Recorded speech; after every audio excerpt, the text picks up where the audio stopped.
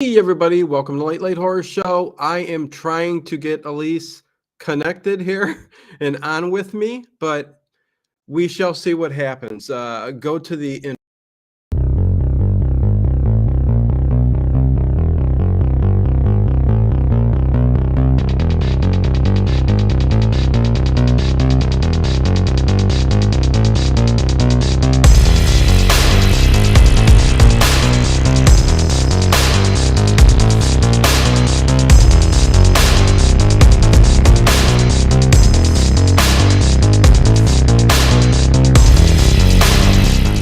Is it just me? Or is it getting crazier out there?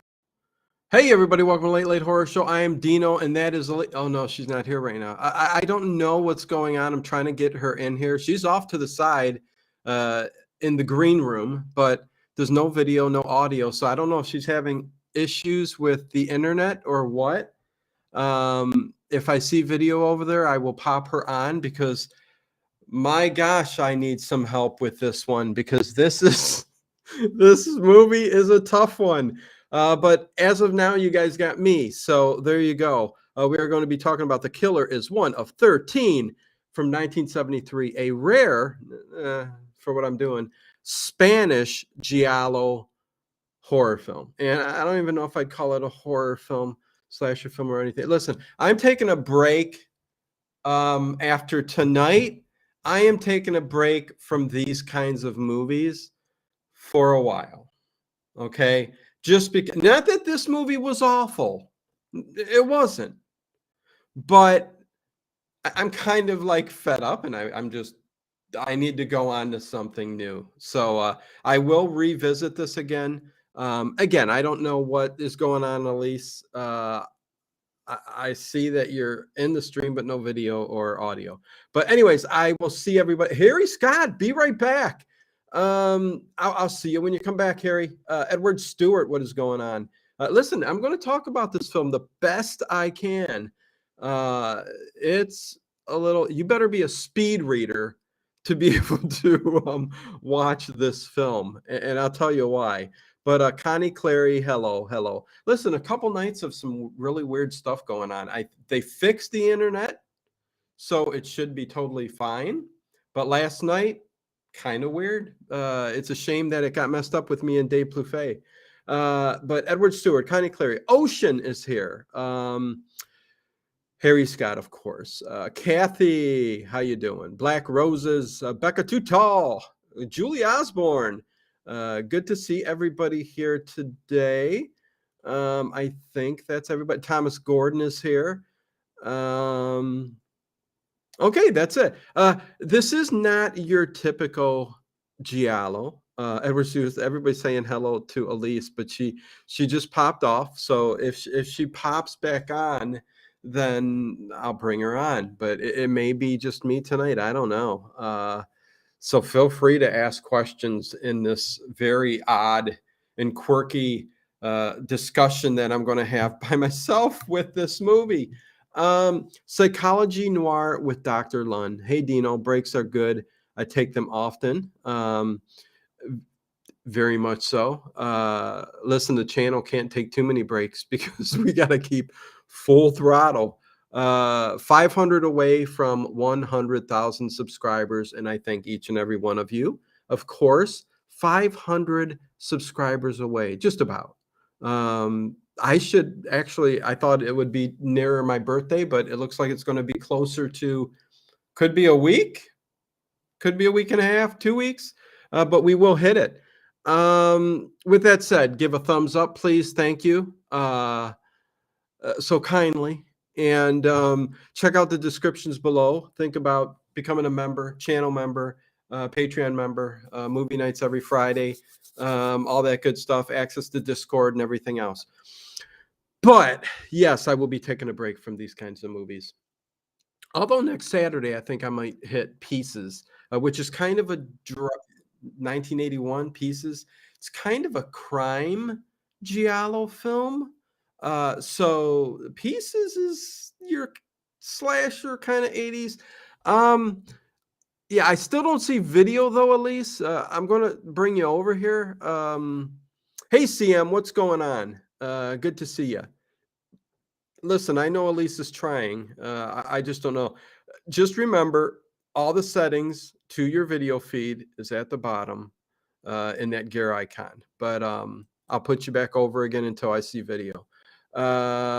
Anyways, The Killer is one of 13. It's funny that me and Dave Plouffe was doing Murder by Death yesterday, and we talked about Clue an awful lot because this Spanish Giallo starts off in a similar way where everybody's kind of arriving to this house, this mansion, this estate that is owned and occupied by Lisa Mandel, who is kind of trying to find out who killed her husband. That's basically what this movie comes down to. And it's directed by Javier Aguirre, uh, you know, Spanish Giallo. Listen, I don't know what to say. The subtitles in this film throw you off. Listen, CJM753BC, what is going on? Good to see you. Again, Elise is having technical issues, but you got me right now. So the subtitles kind of throw you off. There's no dubbing of this film that I see anywhere. I can't find any dubbing. It's all in Spanish, and they talk so quickly and so fast, and the subtitles were going so all over the place. I'm like going, you know what? I have no idea what's going on. I can't keep up. If you're a speed reader, you're going to be perfectly fine. And on top of it, again, it's not a bad film, but if you're looking for horror in your typical Giallo, this really isn't it. Likewise, Dino. Thank you, CJM. Fantastic tonight. Good to see everybody's having a good night here. And Penny's doing well. That's good. But this film, it's very hard to keep up. And the first hour of this film is basically, I'm not going to say a drama, but it kind of just plays out in this slow-paced kind of, not even thriller. I was scared for this movie during the first hour. I'm like going, what am I watching? Because it's very dialogue driven. You have to read the subtitles.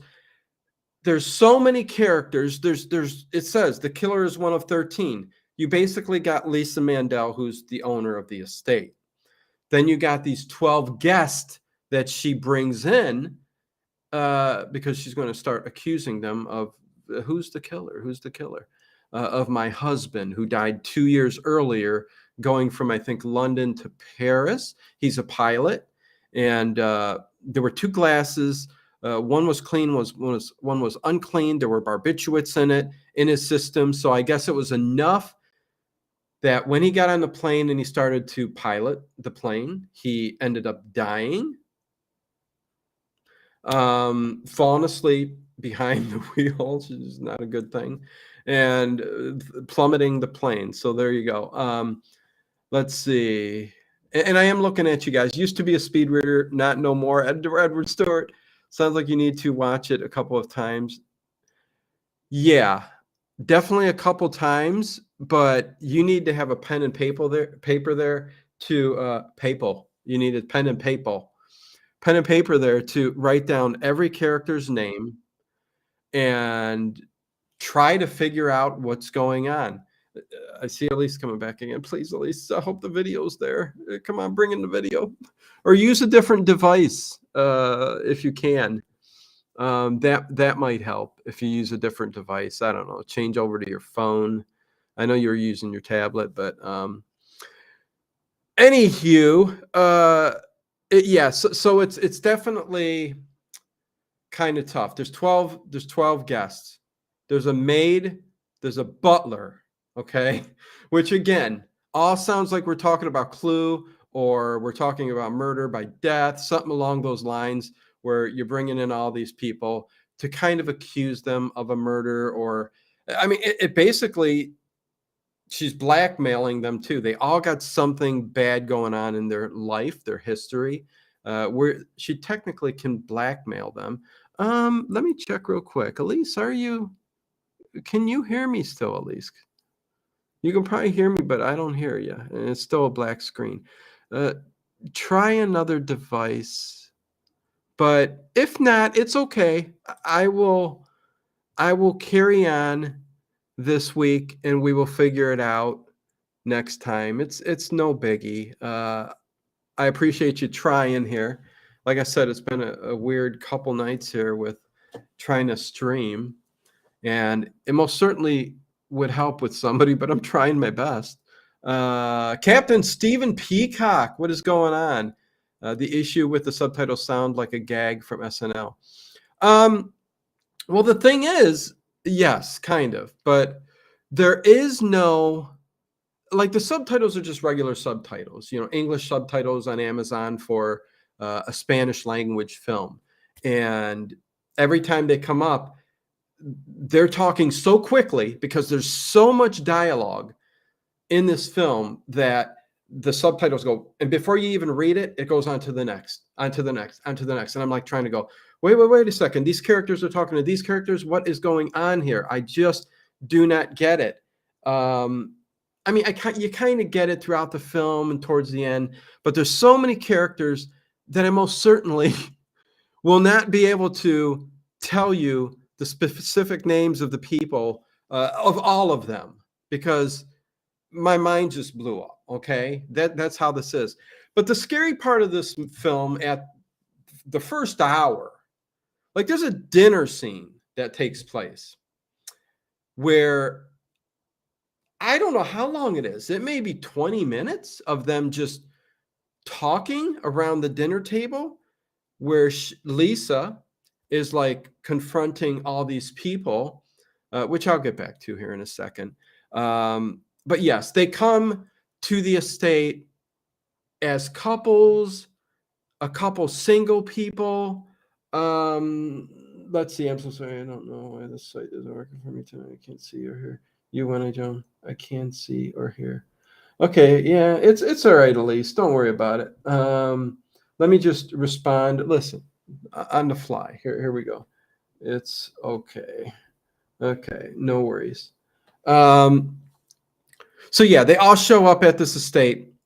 And listen, you got me tonight, you guys, okay? And this may not even be in an hour and a half. Unless you guys got questions or want to talk about anything, favorite horror movie, ask me a question, something like that. But let's get through the movie, which will be fast. I'm not going to talk an hour and a half about this movie just because it doesn't deserve an hour and a half's time.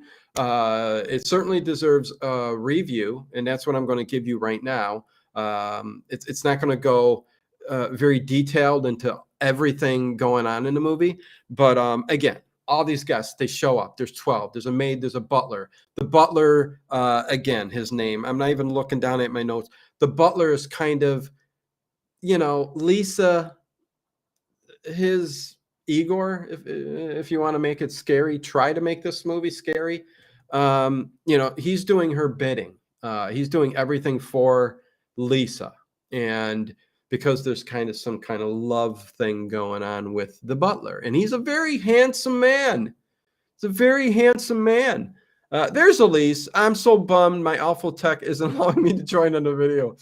Are you bummed, Aleece? Because listen, this movie, as I was watching it, and there's MST3, Khaleesi, Aleece, and as I was watching this movie, I'm going, oh, what is she going to think about this? It's not English. It's subtitled. It's all in Spanish, and it's very hard to keep up with all of the details. But Aleece, I'm sure, would have done fine and would help. I suspected the butler immediately because he was suspiciously handsome. Yeah. Listen, if anything, they did a very good job with the red herrings in this film. Kind of alluding to other people being the killer and whatnot. But in the end, it still ended up being a little confusing. There's a couple hypotheses out there about how the ending ended, so to speak. Anyways, um, so we have all these characters. Again, couples. Some have money, some don't. Some the one lady and her husband, she's I guess a call girl, and she didn't even know it. There's no nudity in this film either. You can almost call this a PG-13 film, maybe.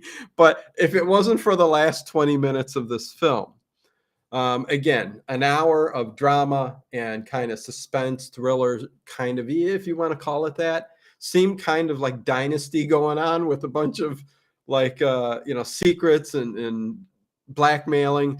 But then the last 20 minutes kind of kick it in the gear and you kind of start getting the kills and you get the black glove killer in black clothes. You don't see the face. You don't know who it is.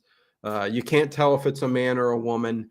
They did a good job with that. The cinematography, they did pretty well. They did that even with a little bit of Mario Bava flair, maybe a little bit, but not a whole lot.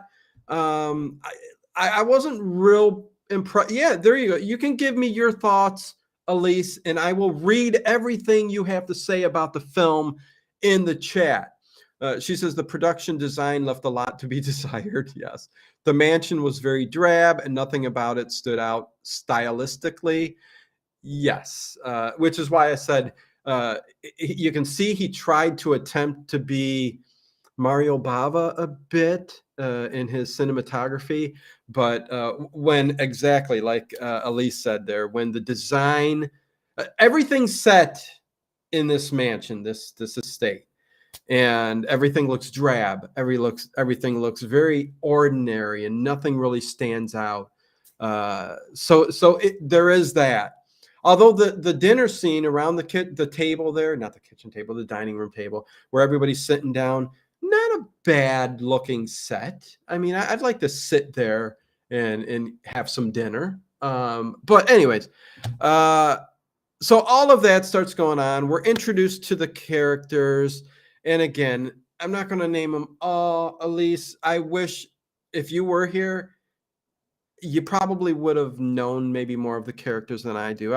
There's too many. It's too many.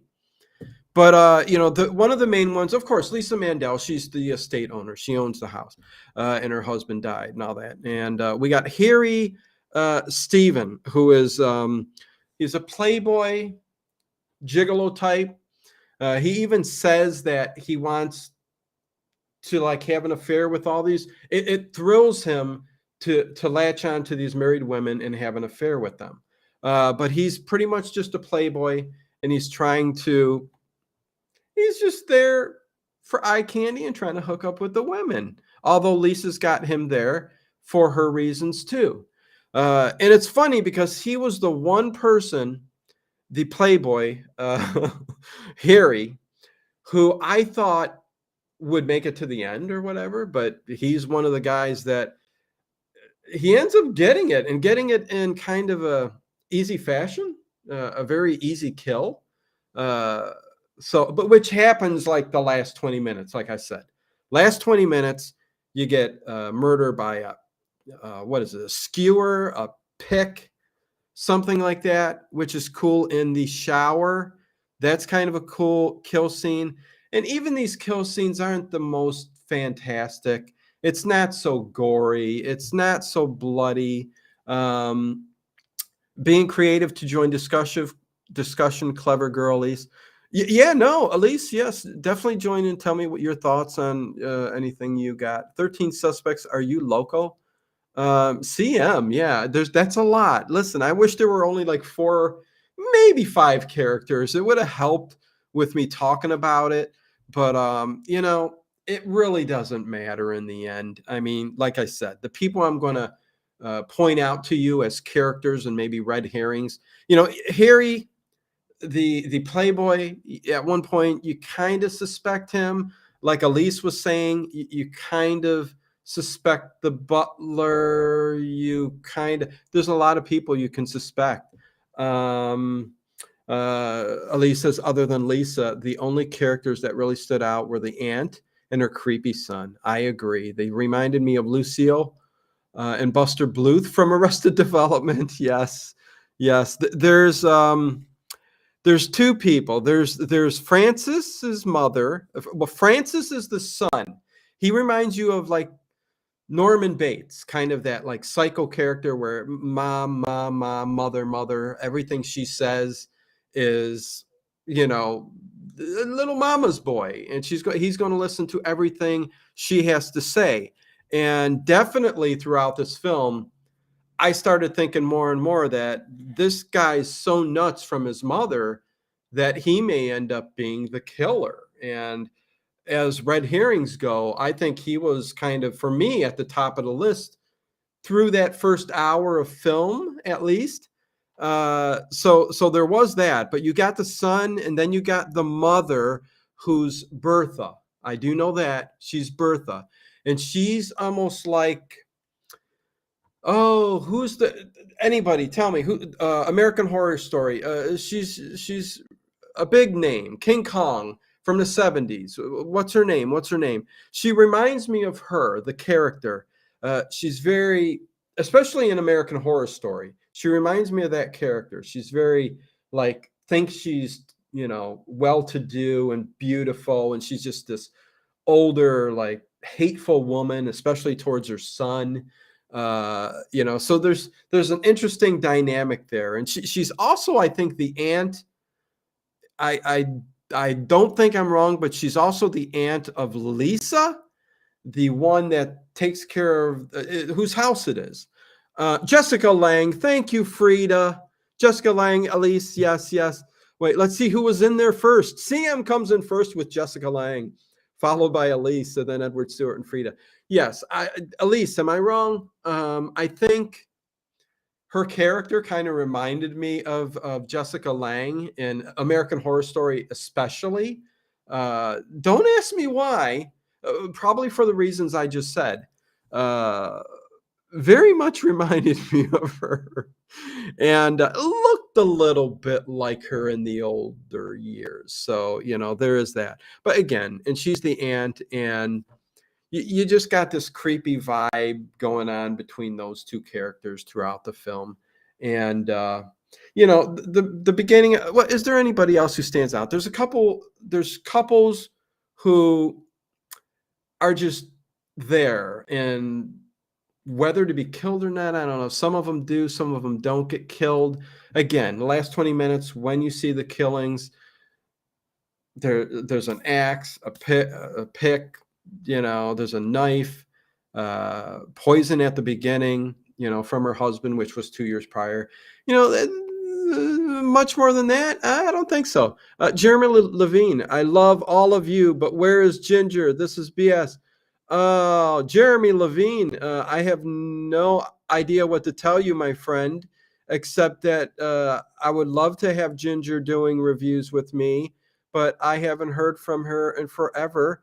I think she's busy with her job, and I don't know what more to say about that. But you got me and Elise, which she's not here now. She's in the chat there. So I totally see that. Very season one, American Horror Story, Jessica Lange. Thought her part was excellent. Yes, let's not talk about American Horror Story, although that's a lot better to talk about than this. But I am going to get through this movie and talk about this movie. But yes, we are introduced to. Let's see. We've got a big gathering.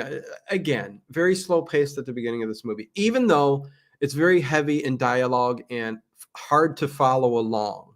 I was looking down, looking up. I'm like, I gotta burn these names into my mind, and I just can't do it. I just can't do it.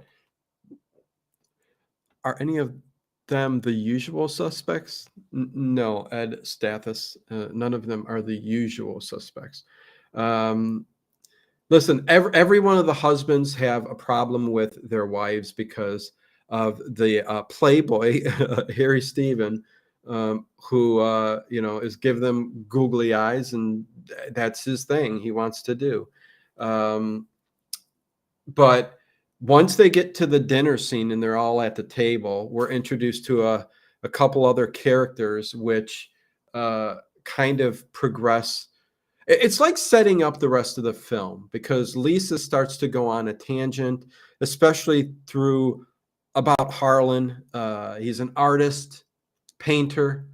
I guess his blackmailing thing is he forges original copies of paintings. And he says a little bit later on, well, I can't make a living. I can't sell my prints. So I'm going to sell the ones I know can sell. So there is that. Aleece says, I think my favorite scene was Bertha pacing and talking out her suspicions of who the killer is. Meanwhile, the sun is casually leafing through a porno mag in the background. Yes. Yes, and she tells him, turn off the lights, son. And listen, the guy's got to be, and at least in his 30s.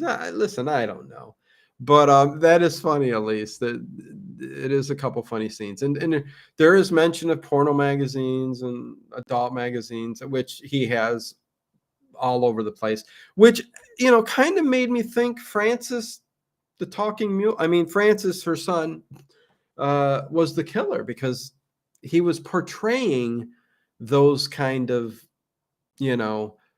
traits of a killer. And again, in the fashion of Giallo films, even though I almost don't even consider this so much Giallo. If it wasn't for the black glove killer in the last 20 minutes and bits and pieces, it just didn't do me, which is why I'm taking a break from this.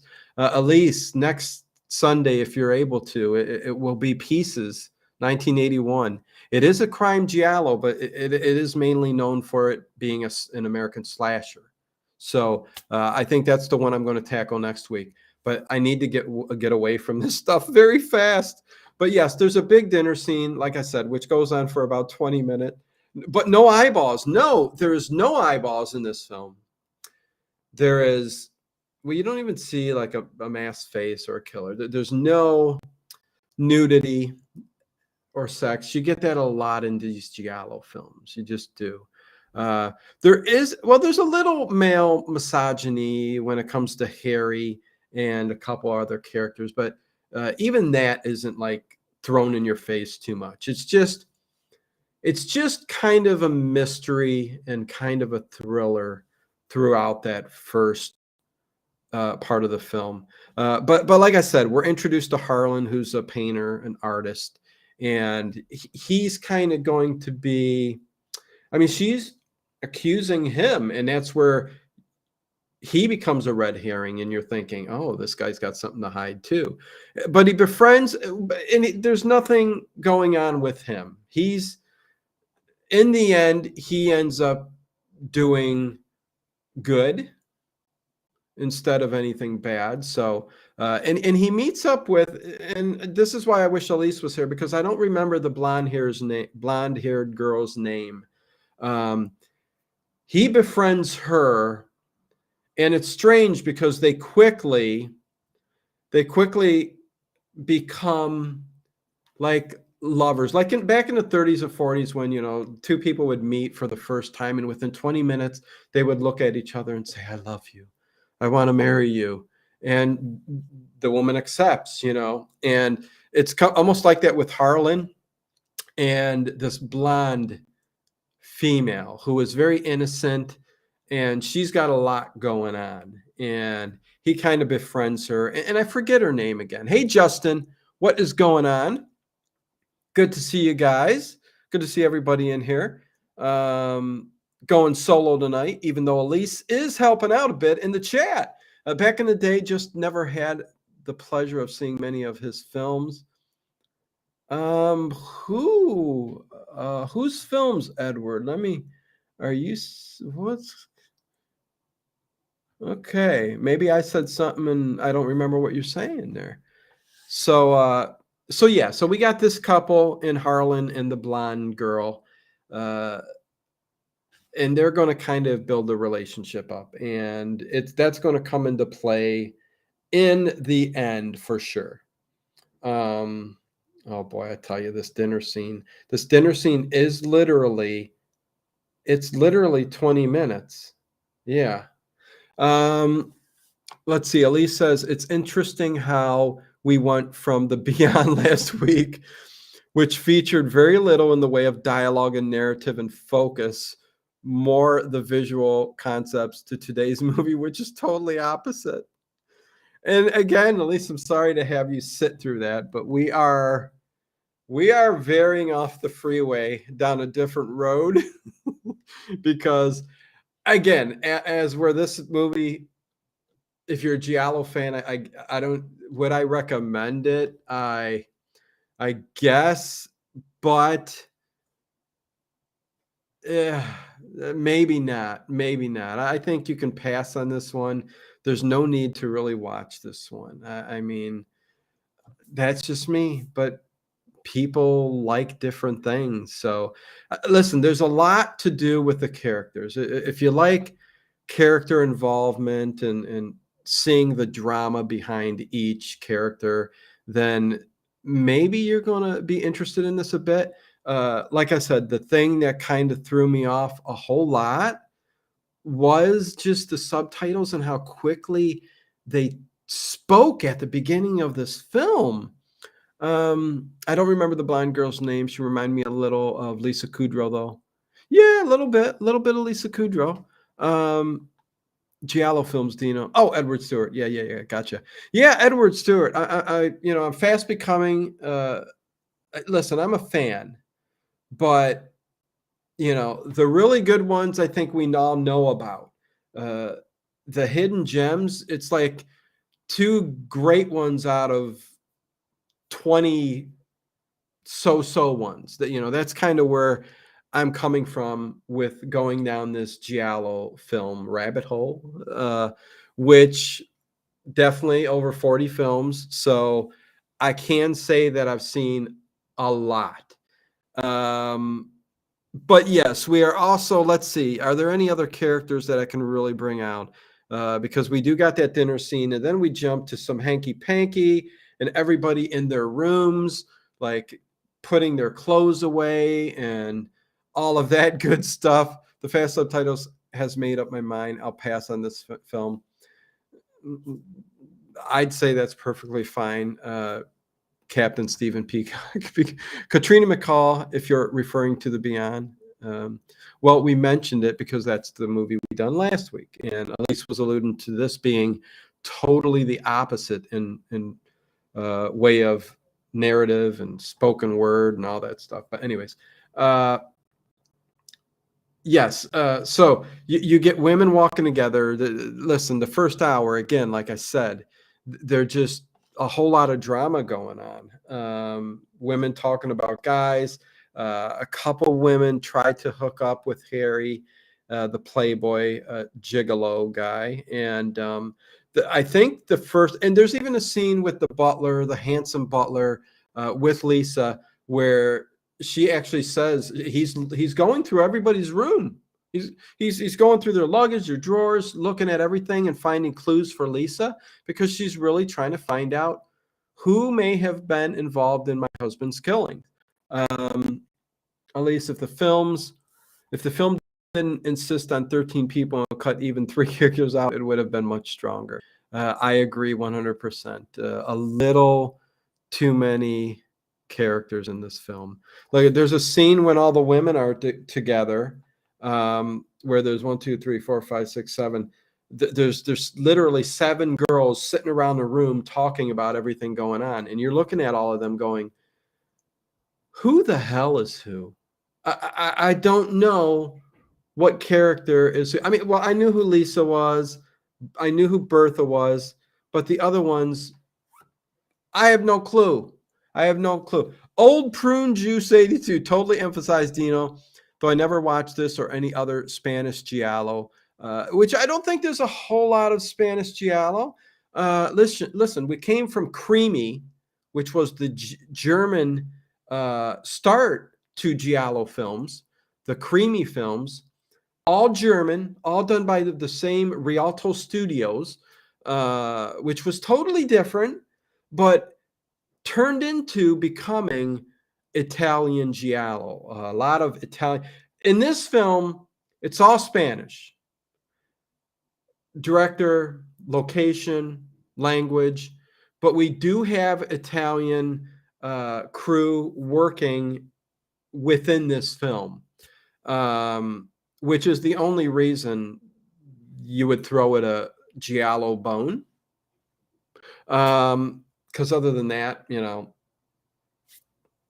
I wouldn't go in that direction. But you know, it really was the Italian. But even the Italian Giallo films were worked on by, you know, it was either the Germans, the Spanish, and the Italians who would kind of even the French, who would all kind of work together with actors, actresses, writers, directors, crew, and that is why you get so much dubbing in a lot of the Italian Giallo films, because there's so many different actresses and actors who actually would speak their native language. You know, they would do the shooting in French, in Italian, in whatever. If there was a Spanish actor, he would speak in Spanish. American actor, and they wouldn't record any sound, and they would just dub everything in afterwards, which is the one thing that I really, really enjoy, believe it or not, with the Italian Giallo films.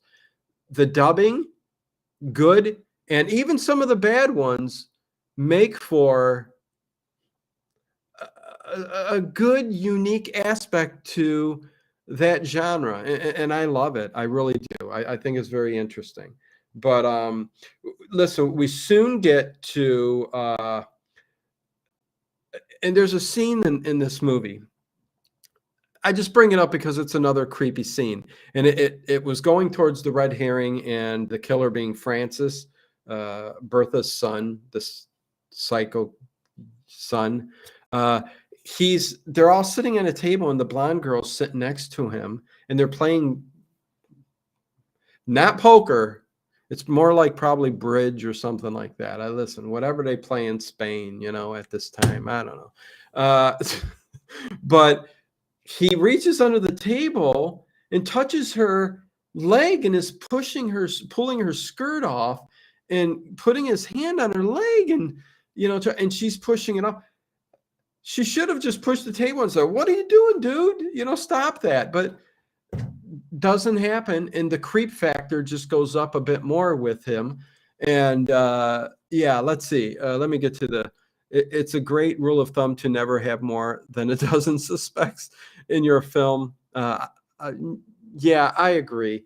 Listen, unless it's done in a different way, I think because it is a foreign film, it's what kind of throws us off as American and English speaking, you know, countries. You look at something like that. If you were Spanish and you come from Spain, you know, and you're listening to them, you're going to catch it all really quick. So it may be a very interesting kind of movie progressing along because it is so much dialogue driven.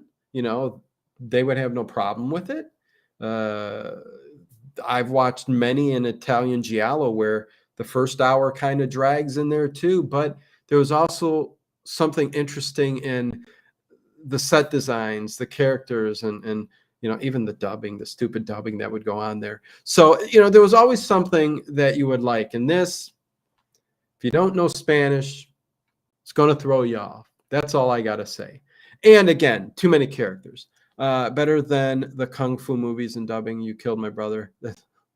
Not, I would say the Kung Fu movies with the dubbing, I love those just as much. Listen, that's what adds to the flavor of Quentin Tarantino loves it. I love it. You know, the dubbing just makes it not funny, but it adds a little bit of originality and, you know, a one of a kind of aspect to the film. You know what I'm saying? You know what I'm saying? So yeah, so we get the scene where one of the ladies goes out to the pool house where, and I don't know the lady's name. She's the one that I don't think she's married. God, I wish I had someone here. I can't remember all this. My brain is blowing up. But one of the girls goes out to the pool house with Harry, And you think that, well, Harry goes out there and then she follows him to the pool house.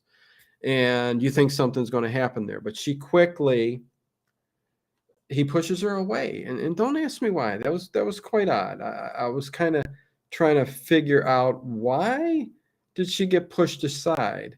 But you also got the maid. The maid plays a part in this, where she's kind of messing around with Harry, with the driver, I think, or the gardener. Who is it that she's messing around with? There's a gentleman who comes to her and says, I don't want anything. I don't want you messing around with anybody else. I don't know who that character was. It probably is either the gardener, the driver, one of those two. But the maid, there's a little male misogyny right there, when at the beginning of the film, where Harry goes to her and takes off her cap and kind of sets her on and you're like going, really? Yeah. But she's interested. So, there is that. Aleece says, this film highlights how well Agatha Christie, yes, could craft a murder mystery with multiple characters. It's not easily done in less capable hands. Yes. There is some talk to, if you talk about, like, especially the first half of this movie, like once you get to the killings, it's a little bit different, but the Agatha Christie feel is kind of there, where there's a whole lot of people involved in what's going on in this house. But yes, Aleece says it exactly. Agatha Christie, it's not easy to do, and to get the writing spot on like Agatha Christie does is just lends credence to how well she wrote, and how well those films are, and most of the adaptations and the books, although almost in kind of a Giallo type fashion, Gialli, whatever you want to call it. Me and Dave Plouffe talked about this last night.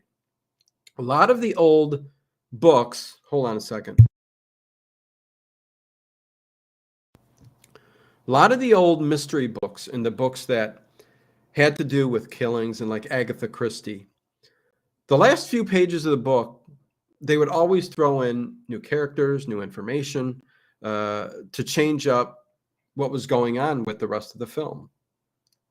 And it would kind of confuse you.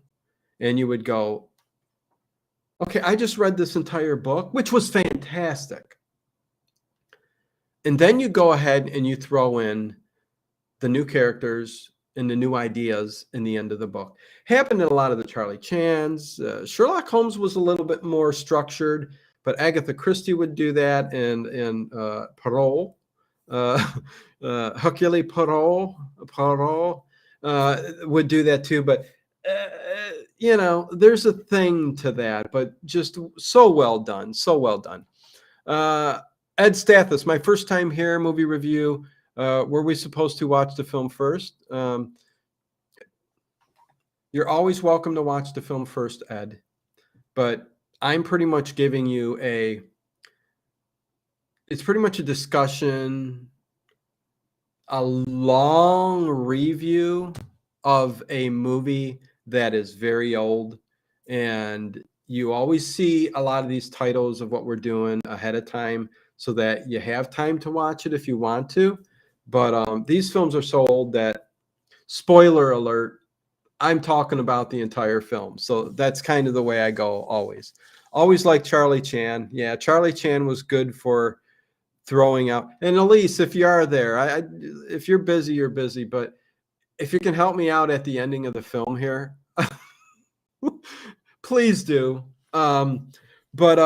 Yeah, so you get some. I'm trying to get to the first death, which I do believe happens at I think it happens at the pool house. I'm not sure, but it's the redhead. And again, you can see the black gloves. Once the killing starts at about an hour, the black gloves come on, the black shirt, and it's a very thin character, so you can tell. And again, it's to throw you off, thinking, hey, this is either a woman or a man. And Giallo did that a lot. So in the pool house, you have the red-haired girl who I forget the name, doesn't matter. She ends up getting killed, and she gets killed with oh boy, is she the one that gets killed with the she gets killed with a knife straight to the abdomen. And it's funny because she's got a lipstick, red lipstick, where she's getting ready, and the blood is all over the place, and the lipstick goes down the mirror very slowly. And it's a very cool kind of scene. It's very quick. I mean, you can miss it. If you turn your head for a second, you'll miss it, because literally 30 seconds later, the killer comes in right behind Harry, the playboy, who you thought would make it to the end. He's like, Harry ain't going to die. And he follows in where I guess he was going to meet up with the redhead. And he turns around, and the killer takes an axe straight to his skull. And within like 30-second period, those two people immediately die, both with a knife and an axe to the head. And there goes Harry. The playboy is gone, which I find very funny, because his character, I thought there would be more to him in this film than anything, because they made such a big deal about him at the beginning of the film, and he was so involved with a lot of the characters. Even Lisa just went on and on and on about him, but it is what it is. Colonel Crypto, what is going on? Evening all. I hope everyone is well tonight. Good to see you. Jules PDX, definitely good to see you. I usually don't watch the movies because of my schedule, but I enjoy watching the reviews. Thank you very much, Jules. Again, Elise having some technical difficulties with the listen, Restream was everything was wacky yesterday with me and Dave Plouffe that I don't even got the video up anymore. So I do appreciate you being here, and I do appreciate that you enjoy the reviews that I do on here. They're not, I wouldn't even call them reviews. They're more like discussions, retrospectives of sorts. Everybody and their mother does reviews, and this is kind of a prolonged review, but I would call it more of a discussion. So I'd say from this point, the killings start, and that's when everybody gathers in a room. They gather in a room, and they all start talking. And they're like, we shouldn't leave. We should all stay in this room, which makes sense. And there's a bald guy who has glasses on. I don't know their names. It could be Ernest. It could be, I got them written down. It could be Henry. No, Henry's the butler. Guillermo. I think he was the heavier set guy who his wife or see, I don't know. I'm lost already. Nevertheless, they're all in a room. See how crazy this is? This is the most, believe it or not, the most confusing film that I've watched out of all the 40 Giallo films. And probably because there was no dubbing. If there was dubbing, it probably would have made a lot more sense to me. Although it's probably also the movie with the most red herrings and the most characters thrown in to throw you off.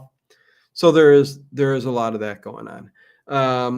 But everybody's in the room, and that's when you kind of they're saying, let's not leave. If we leave, then the killer can't kill us, but they do end up leaving anyways. A couple people end up leaving the room, and because you wouldn't get no killing after that. And there is a scene where the butler goes up to Lisa. Is it Lisa's room? I'm trying to think.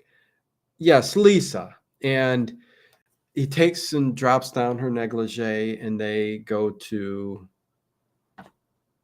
make love. But again, there's nothing. It cuts. It's almost like this film was cut. Like if it was and it's an hour and a half. So imagine if they kept the nudity in and the sex scenes, how long this film would have been.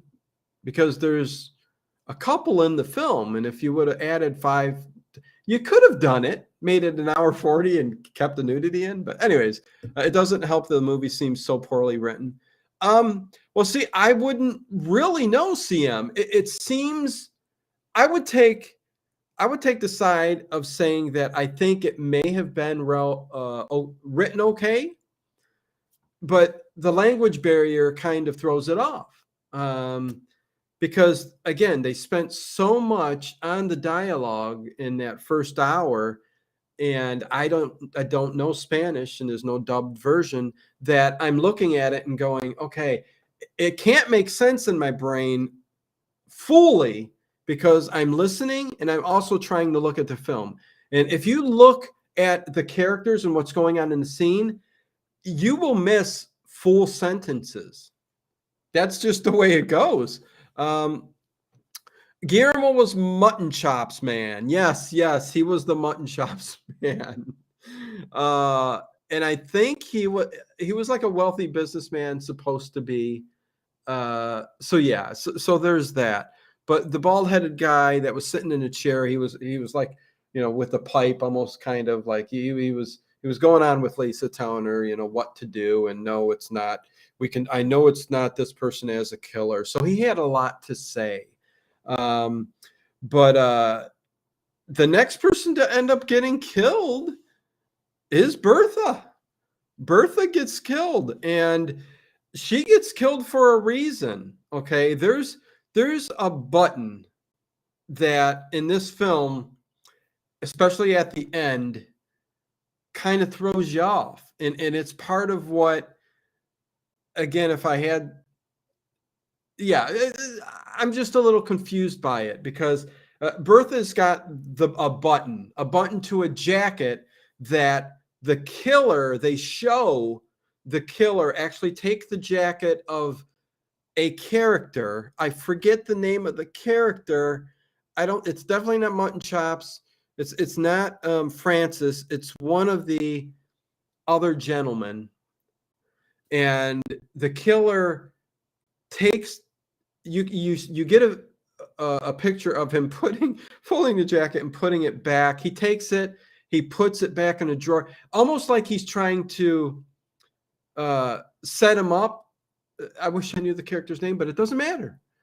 Trying to set him up. So with that said, a button's missing, and you think it's the killer trying to retrieve the button from Bertha, but which he's trying to do. And why is he trying to do that? Because he used the jacket to kill him, but to frame up somebody else.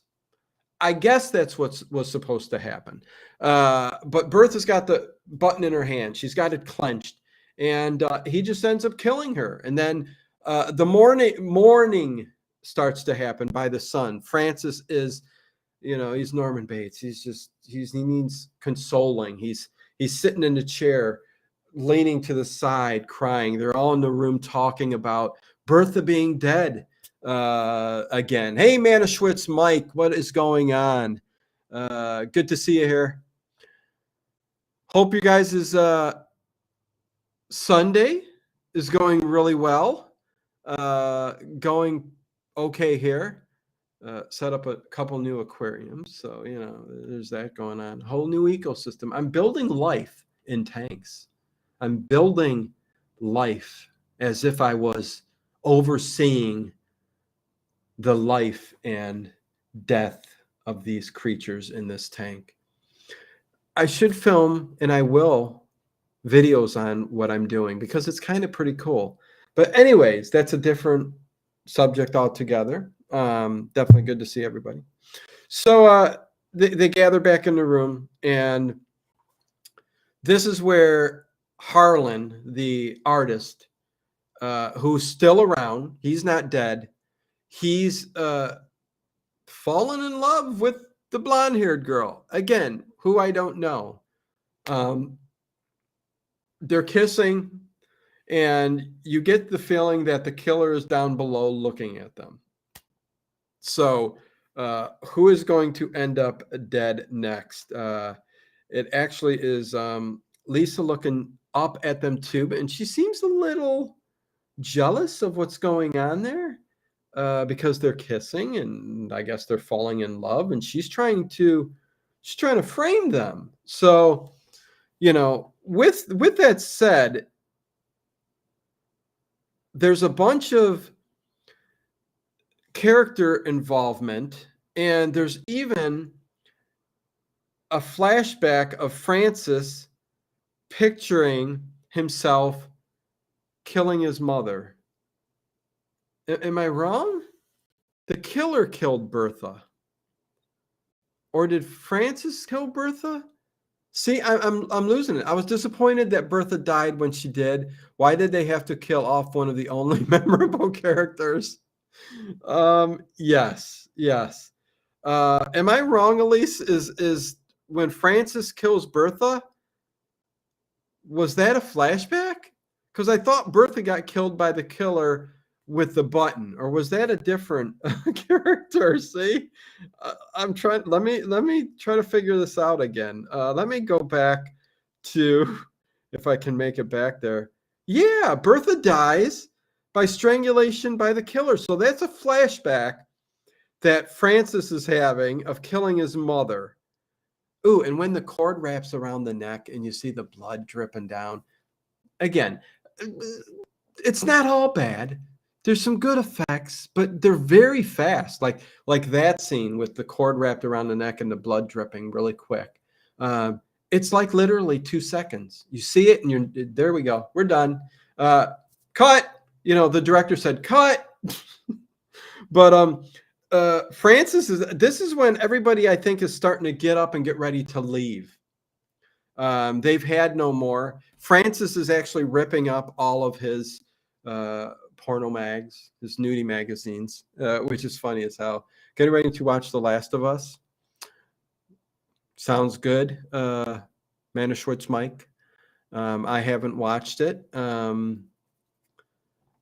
I don't know if it's even good. I have nothing. I have no idea. But they're all packing up, getting ready to leave. And Guillermo, can't say his name. He is getting ready to leave, and he's packing up. And his wife, this is where his wife, for some reason, as Guillermo is leaving and getting ready to leave, this is when she jumps in the shower. She's the black-haired lady. She's got long, flowing black hair. And the killer's coming in with a pick, a long skewer of a pick, and gets her right through the gut. She falls down in the tub. Literally 3 seconds. Immediately, Guillermo walks down, takes his luggage down to the car, his fancy sports car. This film just doesn't sound entertaining or interesting. Sorry, CM. I'm trying to make it as interesting as possible. But, I mean, you are right to a degree. Again, I didn't hate the film, but I'll talk about that at the end, which we're getting to the end very, very quickly. And again, Aleece, think about the end if you're there. Think about the ending and who the killer is. Because I want you to tell me who you think the killer is. Because it could be 2 people, I think, and there's a little mix-up with that, I think.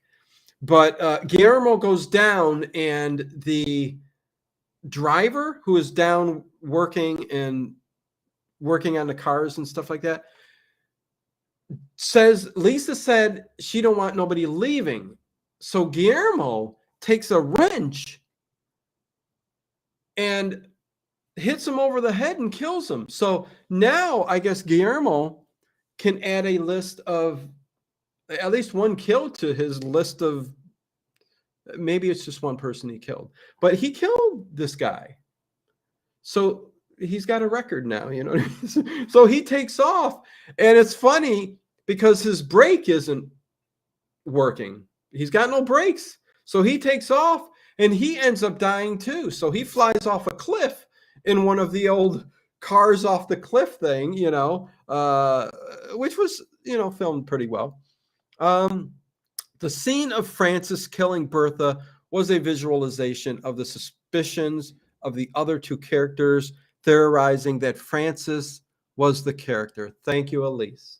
This is why I need you here to help me out. So yes, thank you very much for clarifying that, because yeah, that kind of confused me, because I know the killer got Bertha. But anyways, nevertheless. Um, hey, Judy Gayhart. Hello to you too. See him with a wrench. Because he's working on the car, and that's why the brakes were out. And he took off in a car without brakes and ended up killing himself. So he killed the driver or garage attendant, one of the employees there for Lisa. And he killed him, and for nothing. So he may go to hell now, So there's that. Geez, this is no reflection on you. No, I know CM. Thank you. And again, the movie it's not something that I would usually talk about on here, but because it was a Spanish Giallo, I'm going into these films blind. So you have no idea what really is going to happen. You can look at reviews and listen to people, and they will hype things up, and they will tell you this is the best thing ever. I love this. Like, out of three Giallo films that came with one of the DVD Blu-ray companies that put out films, I forget which one it is, but the Lost Giallo or Forgotten Giallo, they brought out three films, and I heard one guy say this is the best film out of them all. The other one being Trauma, and another film. And I'm like going, this is the best of those three films?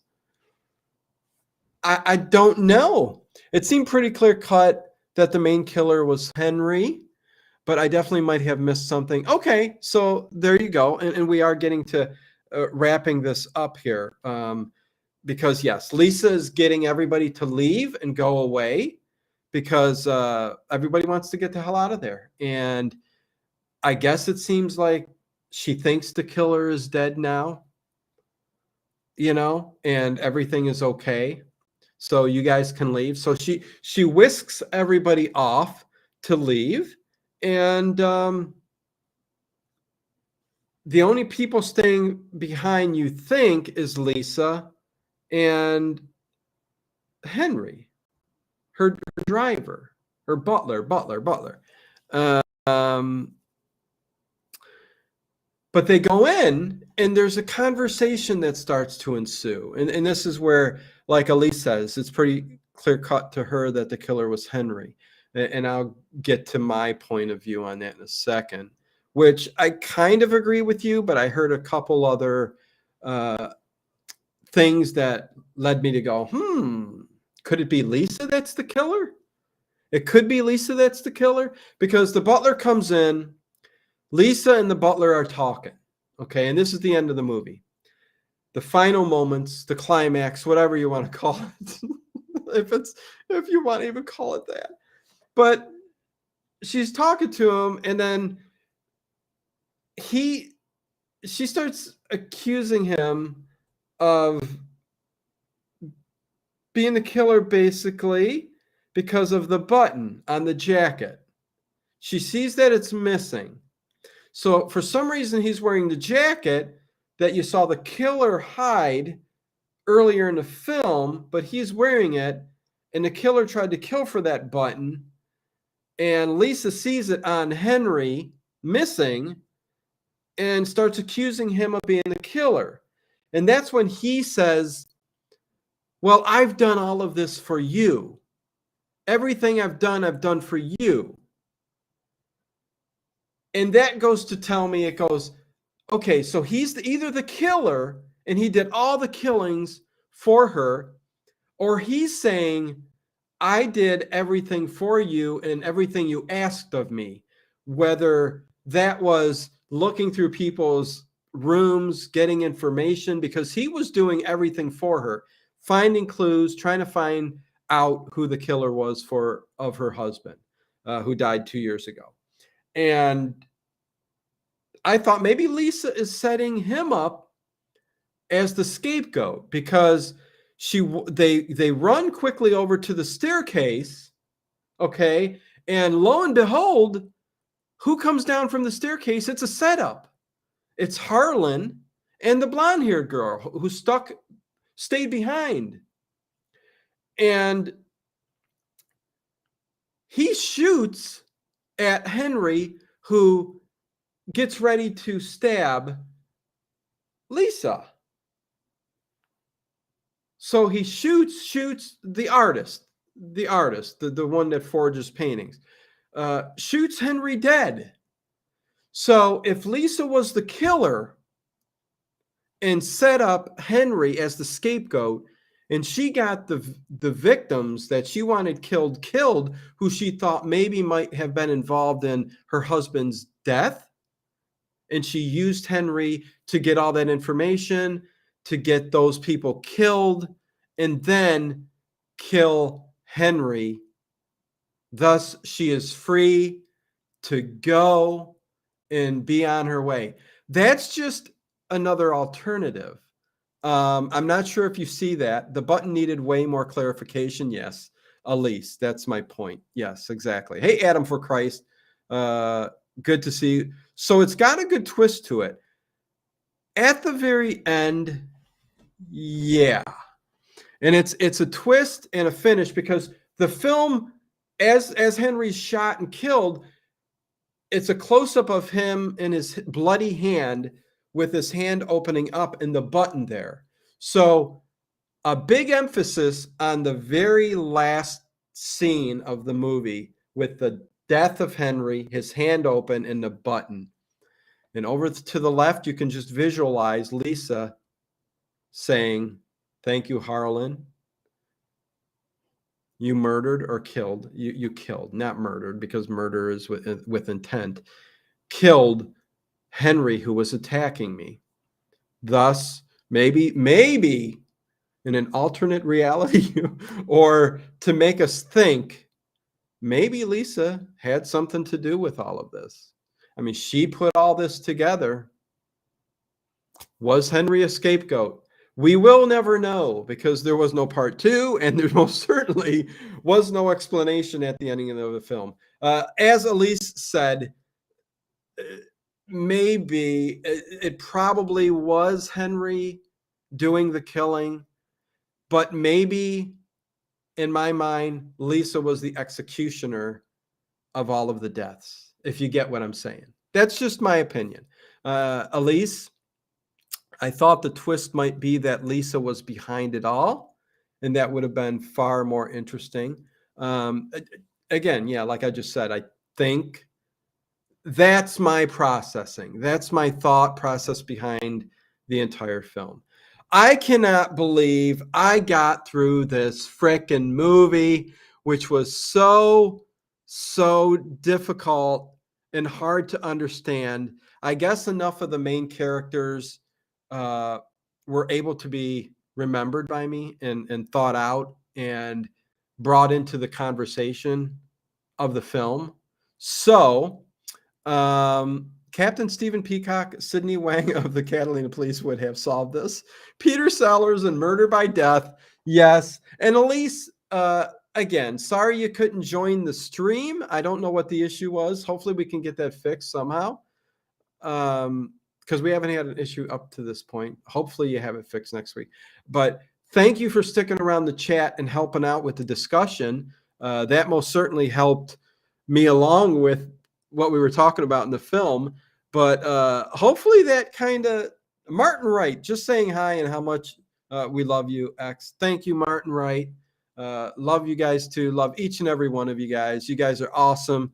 So supportive, being here, listening to me babble on about some crappy films at times. But this film, Aleece, you did watch it. You can give it a rating out of 10. You let me know what you think this was out of 10.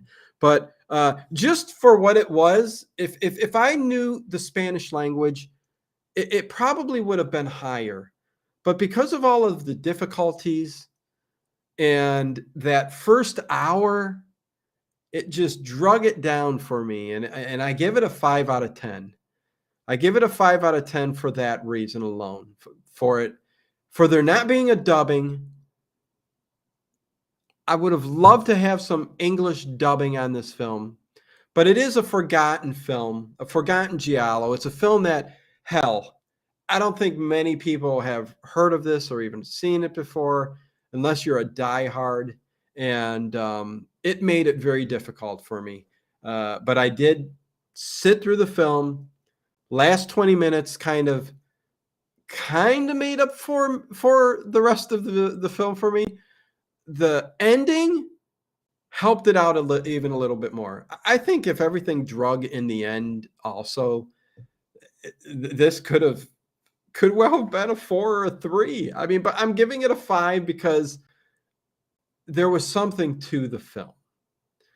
Would I recommend you to go out and watch this if you're not really? It's not a suggestion I would make for a film. There's some million more films you could watch, but yes, a 5 out of 10. Forgotten, rightly so. Not by everybody. Again, there's a lot of people who really enjoyed this film. Just saying. Same with The Orphanage. Wish there was English on that. Oh, Edward Stewart. See, but The Orphanage, I could keep up with the subtitles very well. And I frickin' love and adore The Orphanage. I would give that movie an 8 out of 10. And subtitles do not bother me at all. Elise says 5 out of 10 as well. Okay, yeah, meaty, right down the road. Okay, thank you, Elise. Much appreciated. I will be ending the stream soon here, but yeah, subtitles is not a problem for me. It's not that. It's when the subtitles are going a mile a minute. And that's the problem I had at the beginning of this. It doesn't even have a page on Wikipedia. No. It doesn't have a page on Wikipedia? How the hell did I find this movie? I don't know.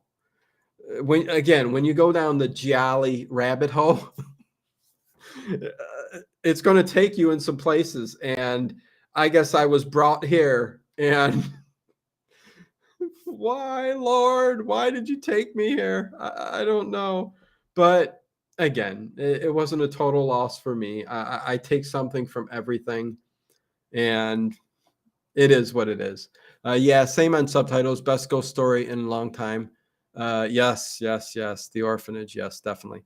So yeah. So with that said, tonight, you guys, is sci-fi night. Sci-fi night. Dimension X. I haven't played that in 3 years. I haven't played Dimension X in 3 years, and I've got subtitles. Not subtitles. What am I to see what the movie's done to me? I have timestamps for each and every episode. So I picked out some of the best of Dimension X, and that will be the stream tonight. It's been 3 years. Hopefully, you guys enjoy Sci-Fi Night. It is the precursor to X-1, Dimension X. Short-lived, but then we got X-1, which became an even better show. But Dimension X is right up there. Very, very well done. I love The Orphanage. I wouldn't want to watch a dubbed version personally. Oh, no. Elise. Exactly. Well said. There are some movies done by Guillermo del Toro that you definitely don't want. Pan's Labyrinth is another one. You definitely, I would never watch those subtitled or dubbed. I mean, not subtitled, but dubbed, because you need the character's language and their voice to speak for what is going on in those films. And I agree with you 100%. Thank you, Dino Aleece and mods. Be well, everyone. Peace and blessings, Dennis. Yes, Dennis. Dennis will never be forgotten. And I should never do a show without saying hi, boy donuts and Donald Duck apple juice. RTN Productions, Dennis, love you, man. I enjoyed the Clute discussion from a while back. Captain Stephen Peacock. Yes, Clute. And me and Elise did, almost 3 years ago, we did movie reviews for a while there. And we did Don't Look Now, which is a Giallo film with Donald Sutherland. So well done. I would put that behind Clute. Clute is definitely the superior film. But Don't Look Now is a fantastic Giallo film. You have to check it out.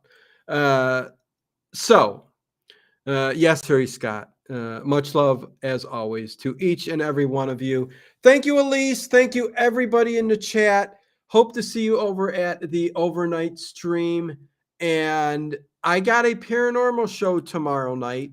It's been a while since I've done one, and it is with Karen Lavin, and she is an author. We will be talking ghost stories from the Ohio and the tri-state area. She is an author of books related to that subject. So I will be talking to her and interviewing her tomorrow. So that should be a great, great show. And on Wednesday, a man we haven't seen in a while, Ted, will be here with me talking about Puppet Master, their newest film, Dr. Death, from 2022. Not that long ago. And it's wait for Wednesday. That's all I got to say. Obscure movie for sure. And I thought I'd seen everything. A good find, Dino, I think. Ed Stathis. Thank you, thank you, thank you. Oh boy, says Judy Gayhart says, oh boy. What are you saying, oh boy, for? Hot damn, I'll be there, Ted. Yeah, it'll be a fun show because me and Ted, we're going to go back and forth a little bit on Dr. Death. So anyways, with that said, check out for everything upcoming on the channel page. And again, if you haven't hit that thumbs up button, please hit that thumbs up button. Please leave a comment afterwards underneath. Let me know you haven't seen the film probably. So say thanks or whatever. Just let me know what you think. I don't know. Or don't. Not at all. Yay for a new Puppet Master movie. Listen, don't get too excited, Adam, for Christ.